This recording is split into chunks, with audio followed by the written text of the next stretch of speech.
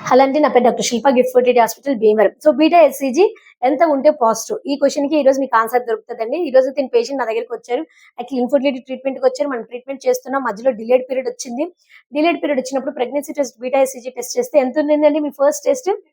So 15 పాయింట్లు ఉన్నిందనమాట. So madam ఇది పాజిటివా? నెగెటివా? అన్నారు. యాక్చువల్‌గా బీటా హెచ్‌సీజీ అనేది మామూలుగా 50 అబోవ్ కన్సిడర్ చేస్తాము. 100, 120 అట్లా ఉంటాయి. 250 అట్లా వస్తాయి. దీనికి 15 పాయింట్స్ మాత్రమే ఉంది. సో అంటే ప్రెగ్నెన్సీ కొంచెం వీక్‌గా ఉందని అర్థం అనమాట. సో ఉంటదా మేడం? పోతదా? అని చాలా కంగారు పడ్డారు. నేనేం చెప్పానంటే will give the treatment, will wait, just ప్రశాంతంగా ఉండండి. దానికి నిలబడే ట్రీట్మెంట్ అంతా ఇచ్చాము. సో 3, 4 డేస్ తర్వాత రిపీట్ చేశాను. 3, 4 డేస్‌కి ఎంతొచ్చిందండి మీ వాల్యూ? 310.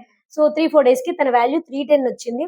సో మరి ఏమవ్వచ్చు ఏంటో అన్నట్లు పాపం చాలా టెన్షన్ పడ్డారు ఒక 1 మంత్. తర్వాత ఈరోజు తన ఫాలో అప్ స్కాన్ అనేది నేను చేశాను. సో ఆఫ్టర్ 2 మంత్స్ తనకి అట్లా ట్రీట్మెంట్ ఇచ్చిన తర్వాత బేబీ ఎలా ఉందో చూద్దాం రండి నాతో పాటు. సో ఈరోజు ఇది తిన స్కాన్ ఫైండింగ్స్ అండి. సో చక్కగా బేబీ ఇక్కడ మనకు చూస్తే చూడండి చక్కగా బేబీ ఫార్మ్ అయింది. హ్యాండ్స్, లెగ్స్ అన్నీ కూడా కనిపిస్తున్నాయి. దగ్గర దగ్గర 9 వీక్స్ బేబీ ఇది. హార్ట్ బీట్ కూడా తీశాను. హార్ట్ బీట్ అంతా కూడా చాలా బాగుంది బేబీది. 186 heart beat. So heart beat చక్కగా ఉంది. బేబీ కూడా బాగొచ్చింది. ఎప్పుడైనా సరే బీటా ఈసీజీ తక్కువొచ్చిందని చెప్పి అధైర్యపడొద్దండి. మీరు చేయించుకోవాల్సిన ట్రీట్మెంట్ చేయించుకోండి. చక్కగా ఇలా బేబీ నిలబడే ఛాన్సులుంటాయి. Thank you.